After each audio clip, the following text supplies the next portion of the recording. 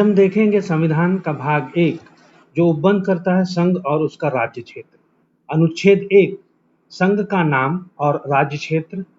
अनुच्छेद 2 नए राज्यों का प्रवेश या स्थापना।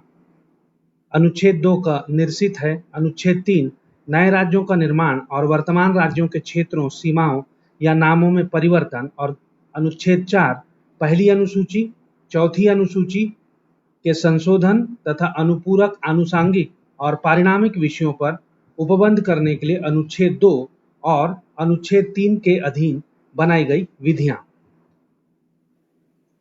तो देखते हैं भाग 1 संघ और उसका राज्य क्षेत्र। तो देखिए अनुच्छेद 1 देखते हैं कि संघ का नाम और राज्य क्षेत्र।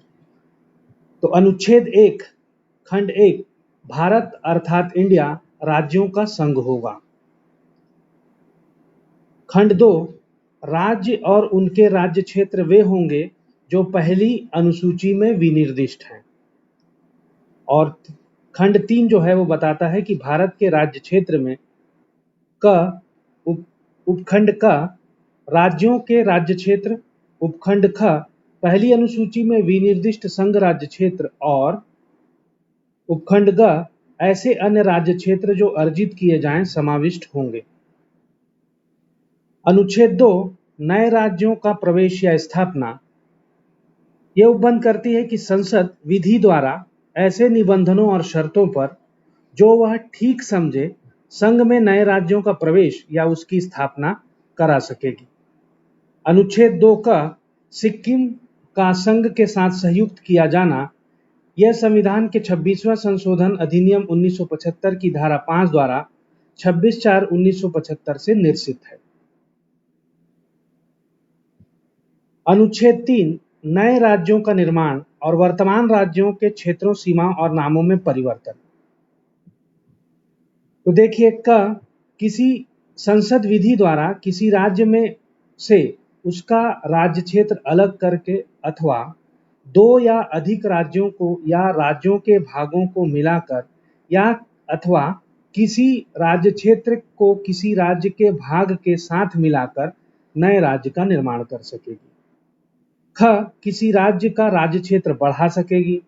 ग किसी राज्य का राज्य क्षेत्र घटा सकेगी। ख किसी राज्य की सीमाओं में परिवर्तन कर सकेगी और अंग किसी राज्य के नाम में परिवर्तन कर सकेगी।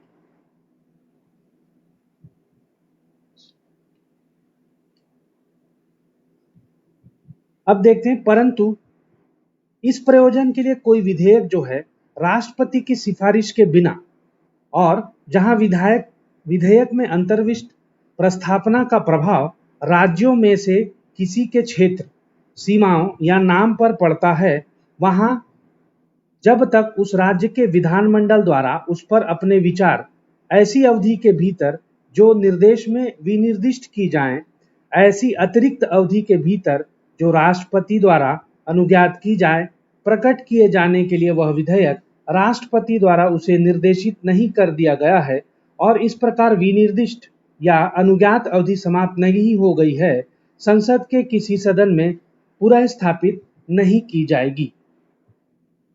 स्पष्टीकरण 1 इस अनुच्छेद के खंड क से खंड अंग में राज्य के अंतर्गत संघ राज्य क्षेत्र जो हैं किंतु परंतुक में राज्य के अंतर्गत संघ राज्य क्षेत्र नहीं आता है। स्पष्टीकरण 2 खंड क द्वारा संसद को प्रदत्त शक्ति के अंतर्गत किसी राज्य या संघ राज्य क्षेत्र के किसी भाग को किसी अन्य राज्य या संघ राज्य क्षेत्र के साथ मिलाकर नए राज्य या संघ राज्य क्षेत्र का निर्माण करना है। अब देखते हैं अनुच्छेद 4 जो पहली अनुसूची और चौथी अनुसूची के संशोधन में तथा अनुपूरक, आनुषंगिक और पारिणामिक विषयों का उपबंध करने के लिए अनुच्छेद 2 और अनुच्छेद 3 के अधीन बनाई गई विधियां। तो देखिए अनुच्छेद 4 का खंड 1 अनुच्छेद 2 और अनुच्छेद 3 में निर्दिष्ट किसी विधि में पहली अनुसूची और चौथी अनुसूची के संशोधन के लिए ऐसे उपबंध अंतर्विष्ट होंगे जो उस विधि के उपबंधों को प्रभावी करने के लिए आवश्यक हों तथा ऐसे अनुपूरक, आनुषंगिक और पारिणामिक उपबंध भी जिसके अंतर्गत ऐसी विधि से प्रभावित राज्य या राज्यों के संसद में और विधानमंडल या विधानमंडलों में प्रतिनिधित्व के बारे में उपबंध है, अंतर्विष्ट हो सकेंगे जिन्हें संसद आवश्यक समझे। खंड 2 उपरोक्त प्रकार की कोई भी विधि अनुच्छेद 368 के प्रयोजनों के लिए संविधान का संशोधन नहीं समझी जाएगी।